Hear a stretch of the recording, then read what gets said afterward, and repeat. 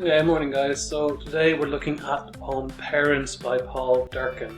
So this poem was written published in 1978 when Durcan had two fairly young daughters, and it looks at the generation gap basically between the difference in the gap between parents and their children, and perhaps the fact that parents want to be closer to their children and perhaps children want to be closer to their parents, but there's always going to be a gap there in the relationship. So before we look at the poem, I want you to think about the idea of generation gap in your own lives. So think about your own relationship with the adults in your lives, whether that be your parents or grandparents, foster parents, whoever it is. What gaps do you see between you and them? What do you think is the cause of these gaps? What are the big differences, the big things that you just maybe will never understand about each other's perspective on life? So today we're going to read through and analyse the poem Parents by Paul Durcan, and we want to look at some analytical skills in developing your own analysis. So just to go back, we would expect some, with current age generation gap, we might expect issues around technology to be to the forefront. There's a big gap in terms of how young people use and understand technology as being quite an intrinsic part of their life and their socialising, compared to what older people might use technology for, which may be more business orientated, or just still making phone calls rather than using FaceTime, or using not understanding the concepts or the ideas of why people use Snapchat or TikTok or whatever those different apps are that people are using. But that's just one example of that gap that between parents or older generations and younger generations, that they just don't understand each other's perspectives in certain ways. And it's to do with the way that you're brought up, it's to do with your cultural background and the context of the time in which you grow up and the people that you grow up with, a number of different issues. But there's always going to be different gaps like that between parents and children. Okay, so today the poem Parents. Let's read through the poem first. A child's face is a drowned face. Her parents stare down at her asleep, estranged from her by a sea. She is under the sea, and they are above the sea. If she looked up, she would see them, as if locked out of their own home, their mouths open, their foreheads furrowed, pursed up orifices of fearful fish. Their big ears are fins behind glass, and in her sleep she is calling out to them, Father, Father, Mother, Mother. But they cannot hear her. She is inside the sea, and they are outside the sea. And through the night, stranded, they stare at the drowned face of their child. So, first impressions, what do we want to get from this poem? So from your first reading, is there any themes that are jumping out at you? Obviously family is going to be a very obvious theme. Is there any other themes that are jumping out at you? Do you think the image of the sea in the poem is a good representation of the gaps between the parents and their children? And what would you consider the tone of this poem to be? Okay, how would you read it? Okay, don't read too much into the way I read it. Okay, how would you read it? What kind of tone would you give to different characters? Okay, so I'm going to flick back to the poem, and now I'm going to suggest you pause the poem. You need to have a really good familiarity with a poem before you go into analysing it. So read through it 2 or 3 times yourself. Make sure you can get as much out of the poem as you can before we go into the analysis. Okay, so we're going to start off with the first 10 lines. So, a child's face is a drowned face. Her parents stare down at her asleep, estranged from her by a sea. She is under the sea, and they are above the sea. If she looked up, she would see them, as if locked out of their own home, their mouths open, their foreheads furrowed, pursed up orifices of fearful fish. So, what imagery does the poet use in this poem? Okay. What do these images represent? What do we learn about the relationship between the parents and the child here? And is there any image that particularly stands out to you? So again, I was just pausing for 2 minutes, think about those questions, come up with your own answers. It's always better to have your own answers and your own opinions than just be reliant on me or someone or your teacher to tell you what answer they come up with. You don't have a personal opinion on these poems. Okay, and I'm just going to point out here that the poem I've just separated into the first 10 lines. This poem is written as a single stanza. Okay, it's just in order to tackle the poem, we need to break it down a little bit more. So the first image that we're going to come across here is what imagery does the poet use in the poem, and it's the idea of this drowned face. Okay, and that's coming up numerous times. We're seeing the sea being referred to a lot. Okay, and what he's doing is he's creating two different worlds here. Okay, the one sea, one entity, one being in a relationship. The child is under the sea, living in that world, and parents are above the sea, living in a different world. And it's trying to give us the image of what is of the gaps and the lack of understanding, and the fact that we just exist in entirely different spheres. And that's, again, that's what the images represents, what the sea is all about. What we learn about the relationship between the parents and child, we learn that there is a certain amount of distance, but there's definitely still a love there. Okay, they look down upon her, so if she looked up, she would see them as if locked out of their own home. So they feel very much connected to her. She is their home. They feel totally, this is where they're supposed to be, is to be with her. Their mouths are open, okay, and their foreheads are furrowed, pursed up orifices, fearful fish. All of this is then, astounded maybe by how perfect their child is, and wanting a connection. Okay. Is there any image particularly stands out to you? Then we might look at the final image there, which we're going to go into in a second. It's this pursed up orifices of fearful fish. Okay, now I'm going to give you quite a few notes now in a second. Okay, we'll go through them each individually. So the poem opens with a shocking image. Okay, child's face is a drowned face. Right? Do not expect a line like that at the start of the poem. Right? This idea is quite a shock of it's a drowned face. We don't usually connect. We don't like to connect the idea of children with such a violent or dangerous image. The ideas of loss and helplessness, they're immediate. Okay?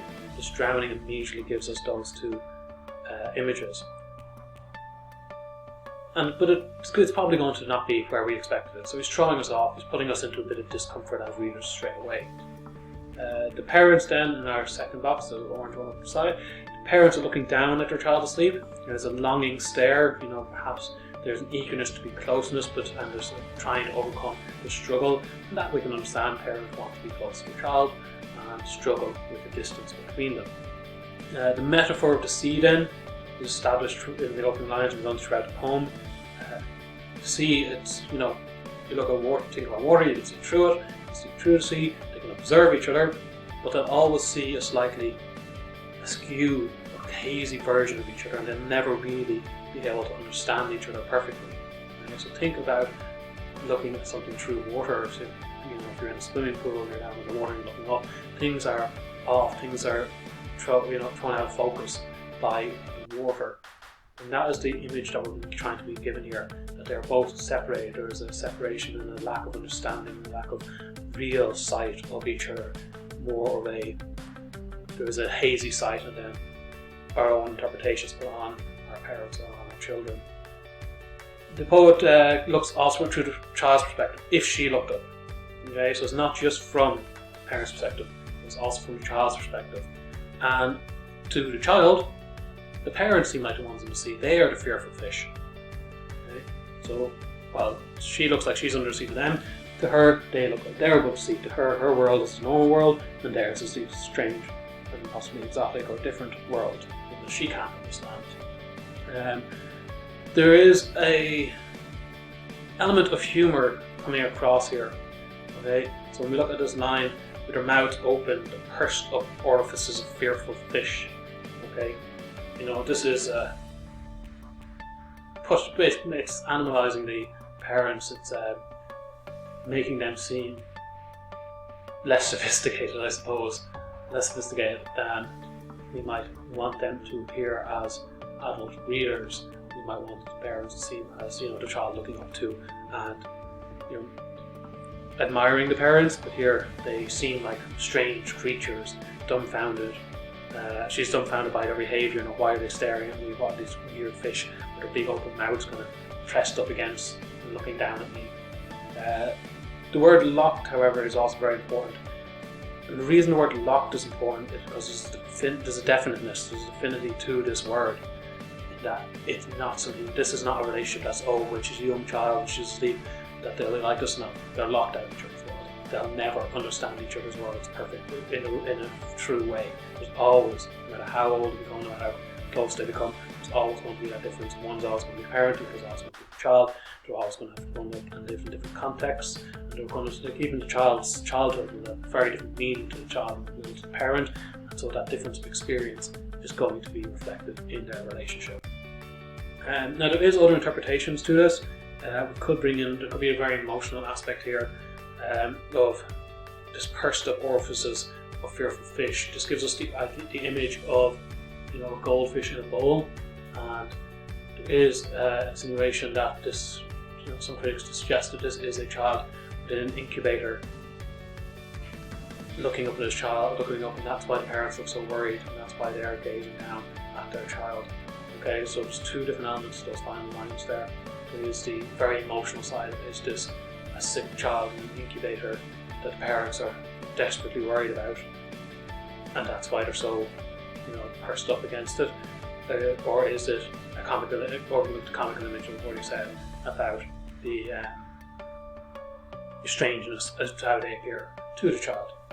Okay, so a few other things to think about there. So what does the imagery in line 10 make us think about the child view of the parents? Okay, so we should consider both views here, not just the poet's view, the child's view as well. He is looking at both sides.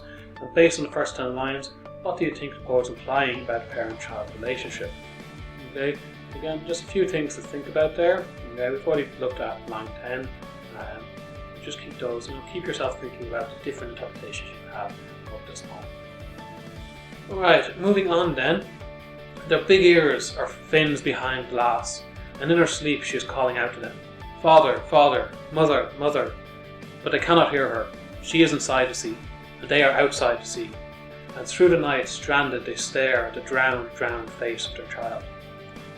So, before I give you any annotations on this, I want you to think, can you find two literary techniques which you can see in these lines?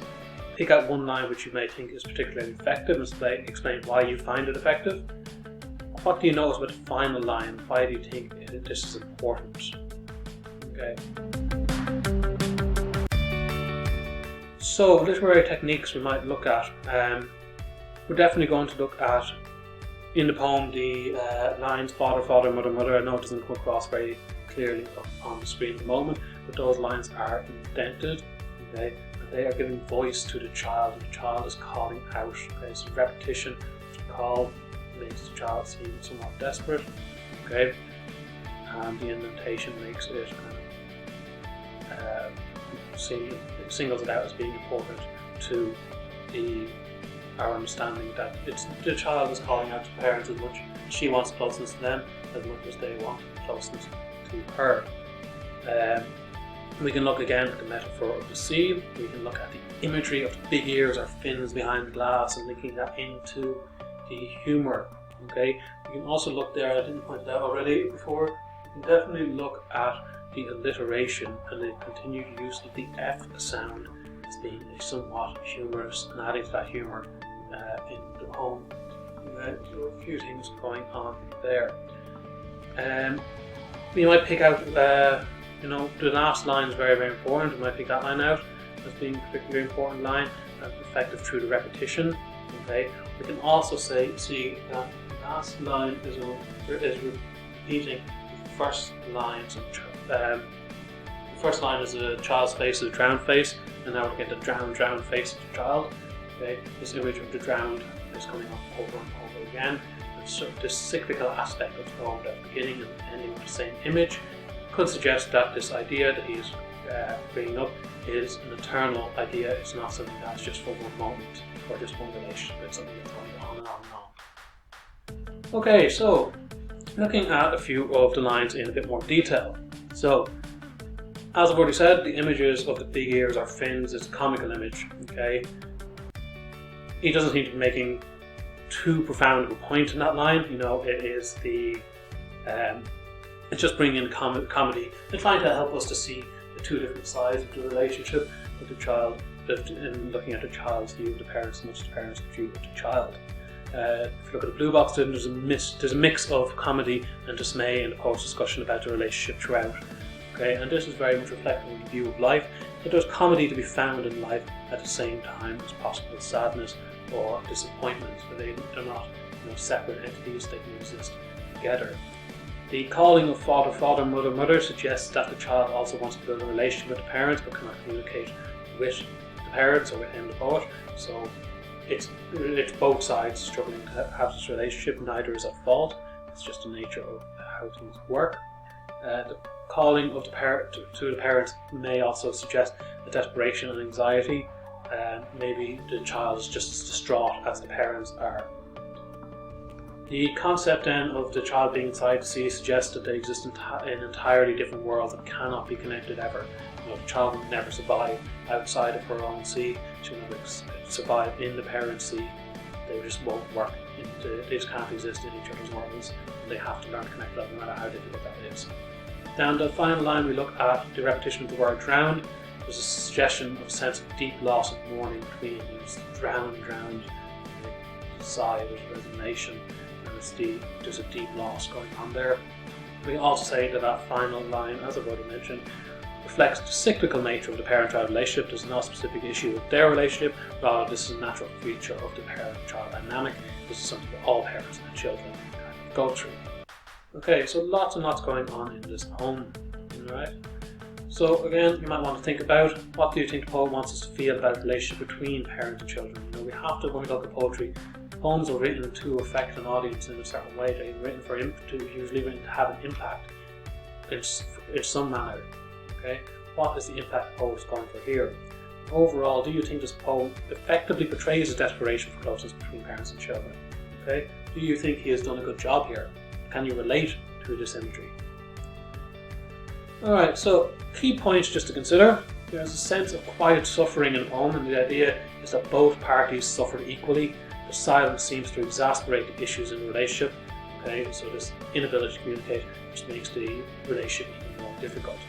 There's a hypnotic effect of the poem, which seems to reflect hypnotic distance in the relationship. They are hypnotized by each other's existence, but will never really understand each other. And then the theme of distance and estrangement are symbolized by the sea in the poem. The sea is this recurring metaphor throughout a number of different poems by Durcan. Okay, and if you're looking at writing about Durcan's poetry, it's definitely a very useful comparative.